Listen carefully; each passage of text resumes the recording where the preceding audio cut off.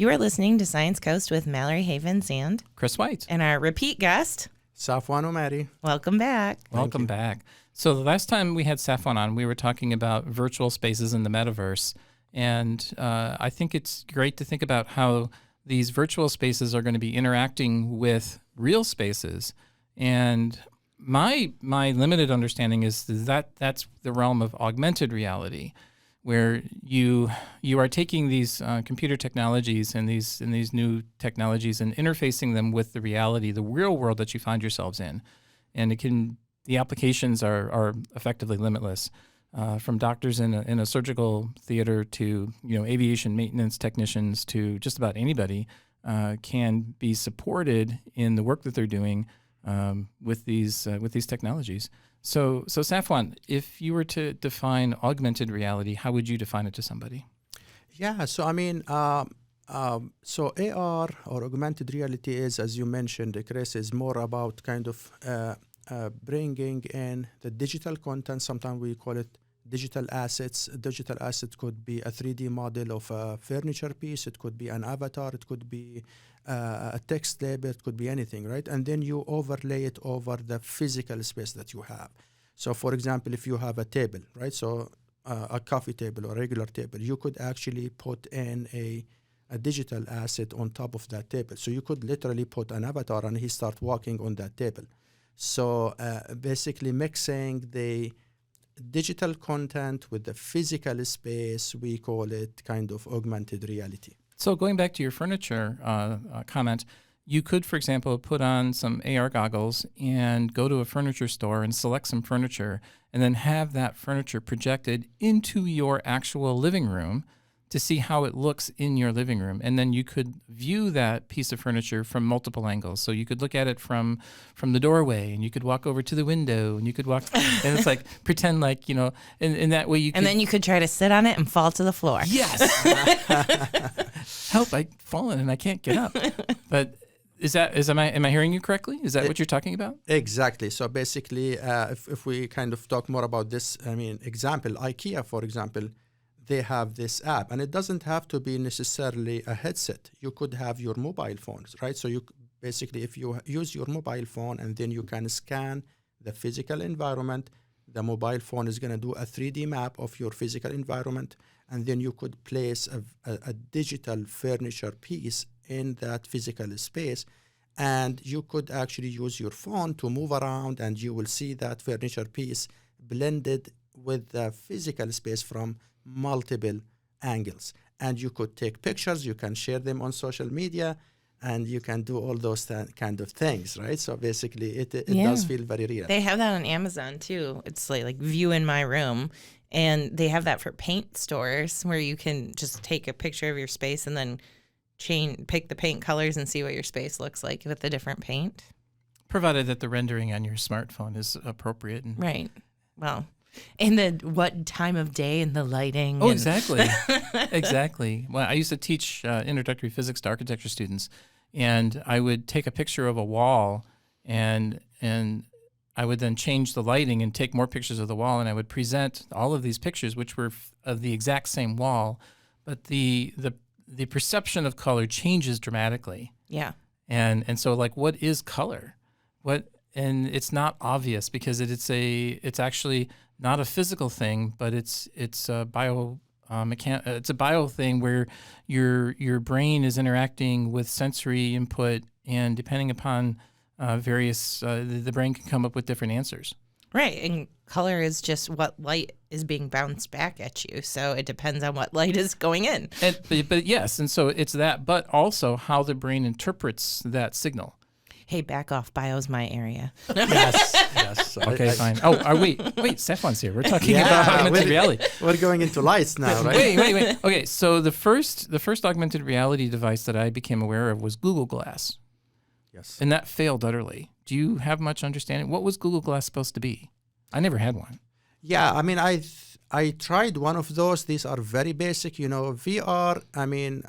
It does look like when you go into VR, right? It feels something, out of this world. But the reality is, this is just basically two images, kind of they are shifted in a certain way and get projected on each eye individually, and that's what make the kind of false sense of three-dimensional. That's it. I mean, it's not. I mean, it's not that complicated from a technology perspective. That's what Google Glasses were? Yes. So Okay. basically, you put your phone, and then basically it splits the screen of the phone into two sides, one for each eye, and then whatever content that gets displayed in there, there will be some sort of displacement, and it will look for the human eye as this is a 3D thing. But like 10 or 15 years ago, wasn't there a pair of eyeglasses that Google was selling that had a camera embedded in it, and then it was projecting like text and information on the lens so that you could see this text information, almost like a heads-up display? I think that's what I was thinking about, and that was a long time ago. But it was, I think, the first extension into taking the digital world and projecting it onto the real world. I thought it never left the beta version. Is that true, or did they make it widely available? I don't know if it was widely available, but I think I knew somebody who had one, and it was freaking everybody out because it had a camera associated with it, so it would record your everyday existence, and people weren't comfortable with that yet. And so there were a number of people I knew who would basically tell the guy who had these things, take them off or I'm leaving. Because I don't want to be here with you, like, having those on, and it's freaking me out. Yeah, I mean, VR has been around for a long, long time. So this is nothing new, but it's kind of, businesses feel like this is the right time. It's going to be a larger scale thing. And there are basically, with the metaverse, this is where you start basically connecting the VR experiences and bringing people into the same VR space or augmented reality space. This is where they have, let's say, new applications, and this is where they think it's going to fly. So it's not necessarily isolated VR experiences, but it's bringing people into that same space, which requires a lot of real-time communication. So a lot of people think real-time communication is still not there yet. So think about it. If you are in either an AR or a VR space, and then you have 50 people or 50 avatars in there, right? And then I grab something, a digital asset, and I move it, right? This movement has to be transmitted to all 50 people in real time. Otherwise, it's going to look very, very sluggish, right? Yeah. So there is the real-time communication is still a barrier. Okay. Because think the processing power, basically, that everyone needs. And yes, and if you think about 3D content, these are huge models, like 1.5 gigabyte. Oh, okay. If you think about the internet, like an image is sometimes a few kilobytes, 50 kilobytes, 200 kilobyte. A 3D model could be 1 gigabyte. So if you want to sync the movement and distribute this to 50 people, you require a lot of communication power. And then you're actually going to get into the speed of light issue. Because if you have somebody on the other side of the planet, how many people, do you remember listening to like news broadcasts where they're interviewing somebody on the other side of the world and the newscaster might ask a question and then there's like this pause. Yeah, a delay. And then the reporter responds. And then the newscaster will ask a question. There's this pause, almost like talking to the astronauts back in the 1960s when they were traveling to the moon. And I worry that what you're talking about is if you're going to get 50 avatars and each avatar is from a different part of the planet, you're going to get these latencies that are going to mess things up. Yes, exactly. And I mean, depending on the application, real-time communication could be very necessary, right? So for example, we're talking about surgery. You cannot afford to have, latency. Latency on it, right? So don't worry, it'll happen. Just wait 3 more seconds to okay. They're bleeding out. Just hold on.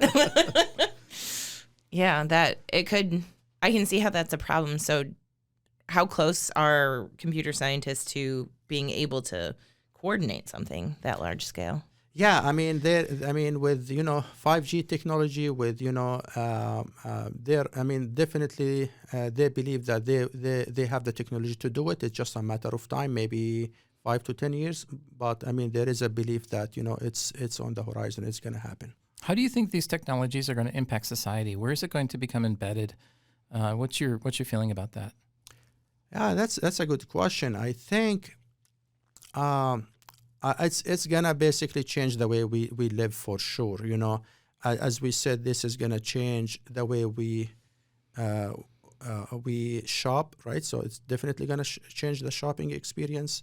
It's going to change the educational experience. It's going to change training. There are even military applications, medical applications, right? Even like financials, like banking. They are talking about, for example, having a home branch, right? So for example, what they're thinking is maybe we can create a home branch where you basically have a headset or some sort of AR device, and then basically you bring in a financial advisor to your living room. So you could literally put a financial advisor avatar on your coffee table and start talking to him. Yeah. Right?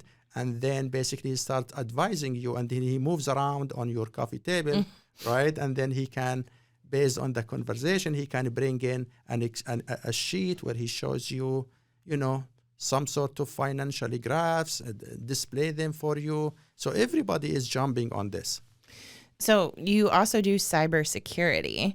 And what do you think this augmented reality metaverse, like how is that going to affect people's data protection? And like, are there going to be hackers going into the metaverse? Like, scammers too. Yeah, stealing your digital assets, or how do you see the interface of those? Yeah. I mean, definitely cybersecurity is always a concern. So one of the biggest concern with cybersecurity is probably confidentiality and user tracking, right? So, I mean, imagine that right now companies do collect data when you are on the internet and you are moving around, right? So you click on something, they can track it. If you move from one website to another, they can track it. Yeah, you get your cookies. Yes, if you visit the website twice, they can track it.